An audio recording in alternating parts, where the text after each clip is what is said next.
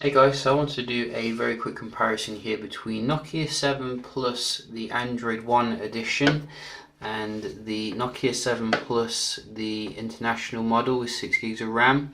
I just wanted to compare the two handsets here because this is actually, I'd say, my favourite handset of the year in terms of like the value as well as what it brings to the table. So I wanted to see if stock Android here is going to be better than a higher like hardware Nokia 7 Plus,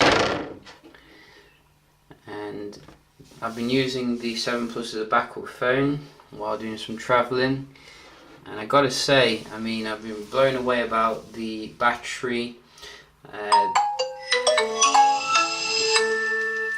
Easily up there with the Mate 10 Pro. I'd say even better in some aspects.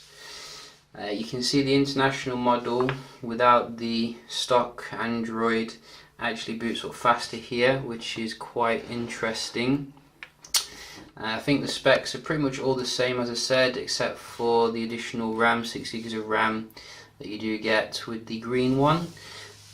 So we're just going to have a look then here at the performance. We do have a few apps installed, and then we can move on to the multitasking.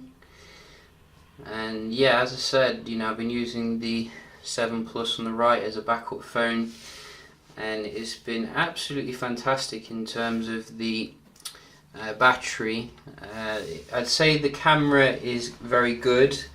It's got I think 1.7 aperture, so you're going to get some decent low light shots, but not quite as good as your flagship phone. I'd still stick to your S9 or Mate 10 Pro kind of level there. But I think Nokia, as I said, is bringing to the table here what we want to see.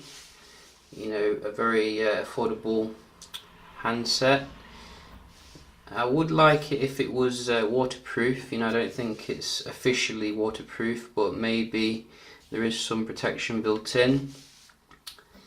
And in terms of the actual speed test here, you can see there's remarkably little difference between the two. I'd say the actual software that they use with the international model is very well refined here. I have actually got a Pixel launcher on it, so it's it's a Pixel icon theme that you can put on, so it looks indistinguishable really from the Android One version. And another strange thing is that the actual international model is on Android 8.1, but this that wasn't fair that time. This one on the left is actually on Android 8, so the international model is ahead here a little bit in terms of the Android, but apparently you can get Android P beta now for the 7 Plus Android One, but I couldn't see it on the Android beta page, so maybe it'll come eventually. But definitely want to see how it does run on the 7 Plus. So let's have a look at your games here. So we have a few.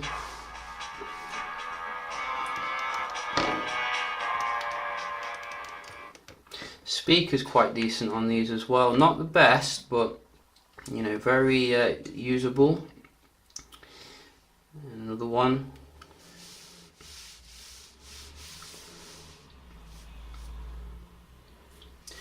I'd say the only weakness with the screen, which is generally very good, is that the brightness doesn't get that bright when it's in the direct sunlight.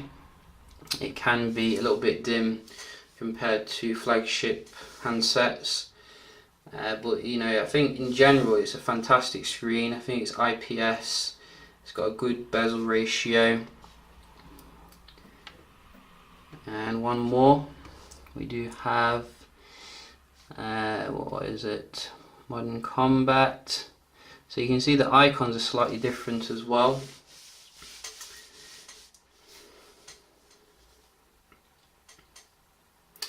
It seems to me, the international model seems to really do well here in terms of opening stuff up. Maybe it is the additional like hardware, I'm not 100% sure, but let's have a look at the multitasking. So this one.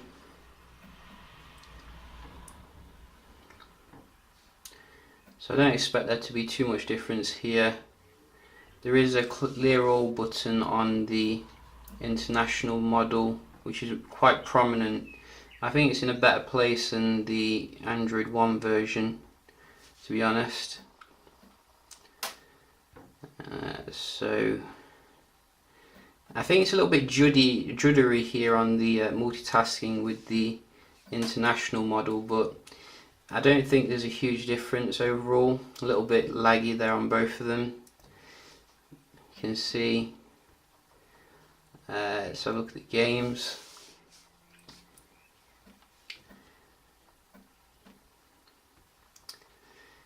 GTA. No difference at all, really. I mean, look at that.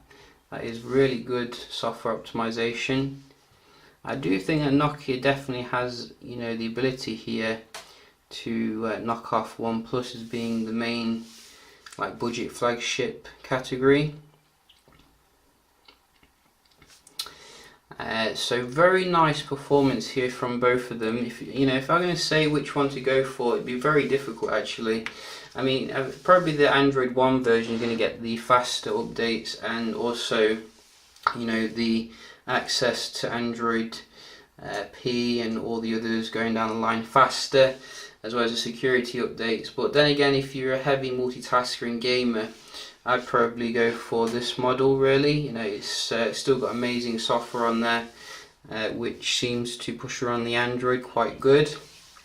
They could obviously, as I said, improve the screen brightness. That's something I would say, and add waterproofing, but I still think this is the best kind of budget flagship right now in terms of the mid-range. We do have the OnePlus 6 coming out quite soon, so maybe that will knock it off. But yeah, just a quick little comparison here between the 7 Pluses. I'm looking out as well for Android P on them, and if it does come down, I'll make a video on that. So yeah, just a quick little video here, and I'll see you in the next one. Cheers.